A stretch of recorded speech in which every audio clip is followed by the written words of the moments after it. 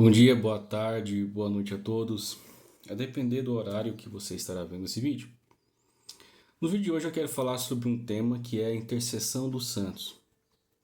Explicar nas Sagradas Escrituras, explicar o sentido de tudo isso. Meus irmãos, a intercessão dos santos, vejam bem, em nada entra em contraposição à mediação única de nosso Senhor Jesus Cristo. Por quê? Jesus é o único mediador entre Deus e os homens. Nós cremos nisso, conforme Paulo declarou a sua primeira carta a Timóteo, capítulo 2, versículo 5. Porém, Paulo também, na sua primeira carta a Timóteo, vamos pegar já agora, 1 Timóteo.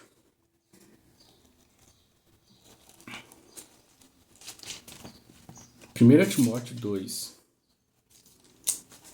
a partir do versículo 1. Recomendo, pois, antes de tudo, que façam pedidos, orações e súplicas e ações de graça por todos os homens, pelos reis e por todos que possuem autoridade, a fim de que levemos uma vida calma e serena, com toda piedade e dignidade. Eis o que é bom e aceitável diante de Deus nosso Salvador, que quer que todos os homens sejam salvos e que cheguem ao conhecimento da verdade. Pois há um só Deus e um só mediador entre Deus e os homens, um homem, Cristo Jesus. Então, Jesus ele é o mediador em sua qualidade de homem, que lhe permite ser salvador de todos com a sua morte e ressurreição, que nos resgatou. Ele é o Salvador. Porém, nós sabemos que somos corpo de Cristo. Então, a intercessão dos santos se dá aqui nesse primeiro versículo, até o versículo 4. Orar um pelos outros, interceder. Quando um santo reza por nós no céu, ora por nós, faz prece, faz súplica por nós no céu, eles não estão substituindo Jesus. Eles não são inimigos. Eles são família. É importante entender então que a comunhão dos santos é uma grande família em Deus. Por sermos uma grande família em Deus, nós devemos orar uns pelos outros, porque isso é ser comunidade. Isso é a essência da nossa fé cristã, porque o nosso Deus, ele é comunidade, ele é família. O nosso Deus é Pai, Filho e Espírito Santo. Aquele que ama, que é amado e o próprio amor. Conforme Romanos 5,5, que nos diz que a esperança não se engana, pois o amor de Deus foi derramado em nossos corações pelo Espírito Santo que nos foi dado. Então, esse Espírito Santo que une a igreja, esse Espírito Santo que faz com que nós nos amemos também, nos obriga, de certa forma, a sempre estar intercedendo uns pelos outros, porque somos comunidade e temos o exemplo perfeito do nosso Deus. Por isso que lá no livro de Apocalipse, vamos para Apocalipse agora, meus amigos. Apocalipse, capítulo 5. Apocalipse 5, a partir do versículo 8. Ao receber os livros, os 4 viventes e os 24 anciãos prostraram-se diante do Cordeiro, cada um com uma cítara e taças de ouro cheia de incenso, que são as orações dos santos. Então nós já vemos aqui que os anciãos, que representam a totalidade da igreja, os 12 patriarcas da antiga aliança e os 12 apóstolos, apresentam diante de Jesus, que é o Cordeiro, as orações dos santos.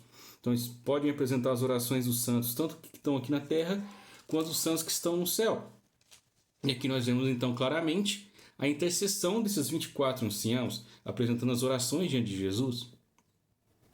Muita gente vai falar assim, mas por que Jesus permite que santos orem por nós? Pelo mesmo motivo que Jesus permite que você aí, você ore pela sua mãe, pelo seu pai, pelo seu irmão, pelo seu tio, pelo seu avô, pelo seu amigo. Nós devemos orar uns pelos outros e essa realidade não se perde após a morte. Porque a pessoa, depois que morre, ela não fica dormindo, ela fica viva, consciente. Agora vamos para Apocalipse 6, que deixa bem claro isso, que as pessoas estão conscientes. Apocalipse capítulo 6, versículo 9. Quando abriu o quinto selo, eu vi debaixo do altar as almas dos que tinham sido mortos por causa da palavra de Deus e do testemunho que dela tinham prestado.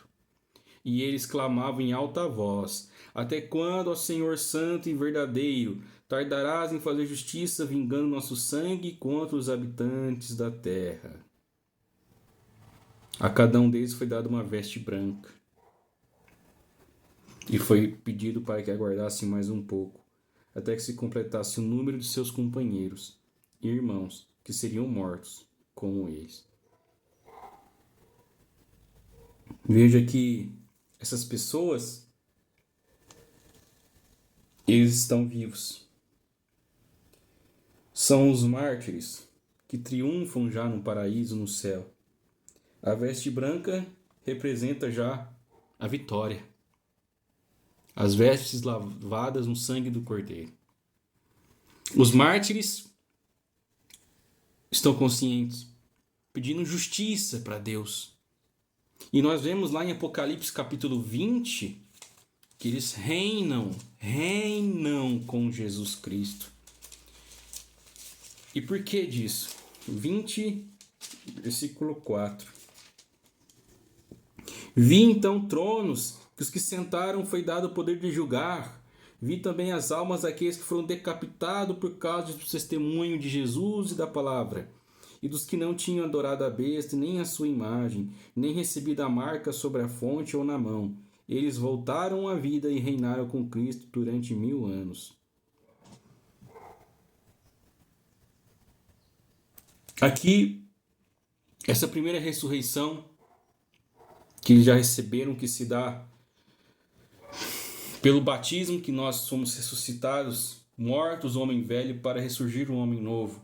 E a partir do momento que alcançamos a glória celeste após a morte da nossa alma, conforme Hebreus 9, 27, que diz que logo após a morte vem o juízo particular, essas pessoas já reinam com Cristo no céu.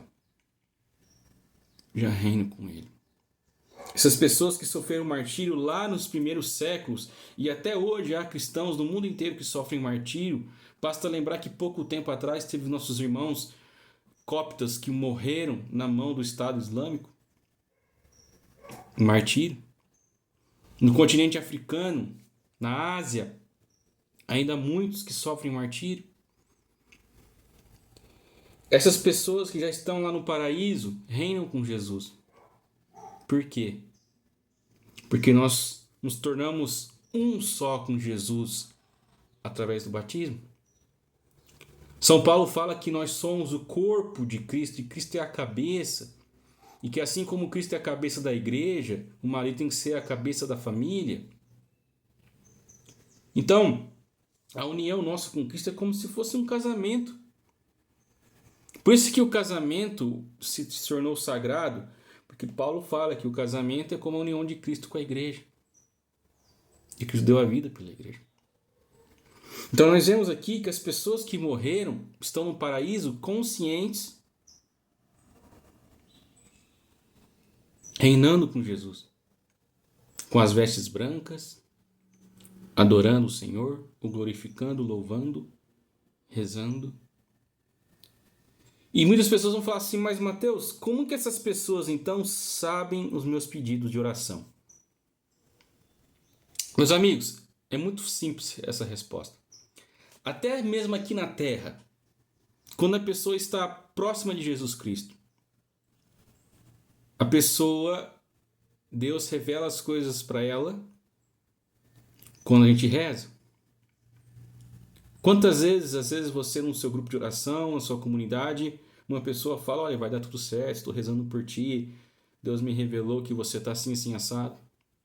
Agora imagina no paraíso, que a pessoa já está frente a frente com Jesus. Os santos não são inimigos de Jesus, não são, são amigos. Em Cristo, todos nós somos irmãos. Somos filhos adotivos de Deus Pai. Então, o Espírito Santo revela essas pessoas. Porque no paraíso, meus amigos, nós vamos estar inseridos de uma forma ainda mais plena na videira que é Cristo, participando de uma certa forma da sua natureza divina. Nós seremos como que uma gota de água mergulhada no oceano do poder, da grandiosidade de Deus. E todos nós juntos ali diante do Senhor vamos poder orar pelos nossos irmãos na terra que sofrem, para que eles possam se juntar a nós e todos sermos uma grande família em Deus. E isso é uma realidade que desde o primeiro século nós vemos. Então, as orações dos santos por nós não é idolatria, não é adoração, porque rezar não é adoração. Se fosse adoração, você não poderia rezar pelo seu amigo, não poderia pedir oração ao seu padre, à sua família, à sua mãe, ao seu pai, a qualquer pessoa, porque se você pedisse minha mãe, reze por mim para arrumar um emprego melhor, a sua mãe vai estar te adorando, você vai estar adorando ela? Não!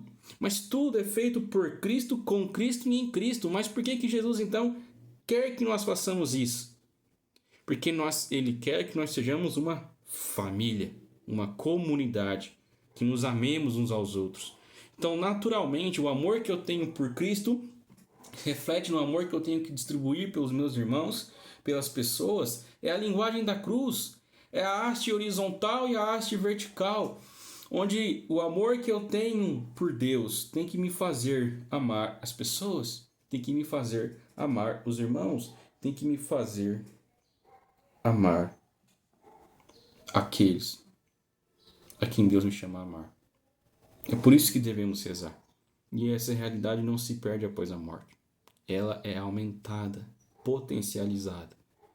Porque se aqui, longe de Deus muitas vezes, com nossas imperfeições, com nossos pecados, nós rezamos e Deus, quando é da sua vontade, faz as coisas no meio de nós, imagina no paraíso, diante dele. Então assim nós vemos que